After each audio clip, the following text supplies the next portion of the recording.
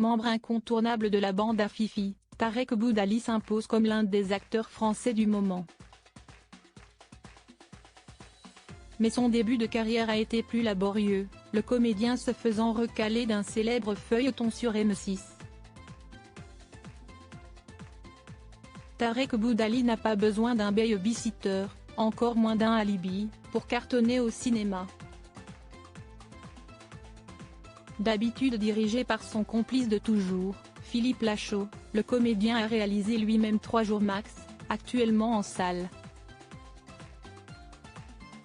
Une comédie qui rend hommage à des films cultes pour laquelle il a réalisé lui-même ses propres cascades, façon Tom Cruise.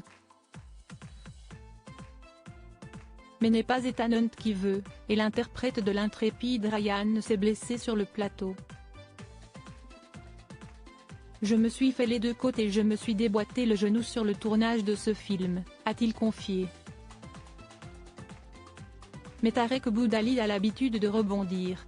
Au tout début de sa carrière, le membre de la bande à Fifi a passé les castings d'un célèbre programme de M6, avant d'être recalé in extremis. Dans Scène de ménage, le personnage de Cédric aurait très bien pu être campé par un autre acteur que Lou Denis et Lyon.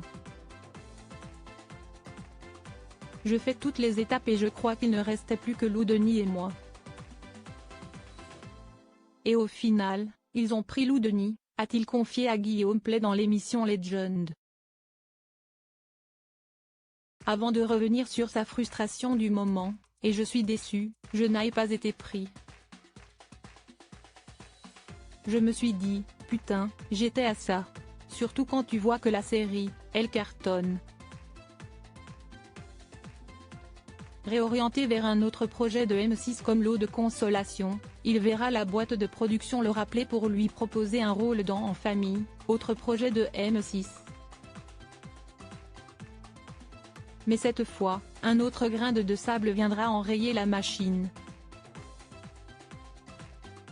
On fait le pilote, et là, dans l'écriture du personnage, j'étais complètement barré, mon personnage était complètement gamin, barré etc.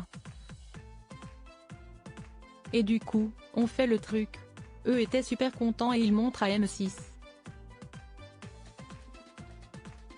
M6 dit, tout le monde est super, sauf lui, dévoile-t-il.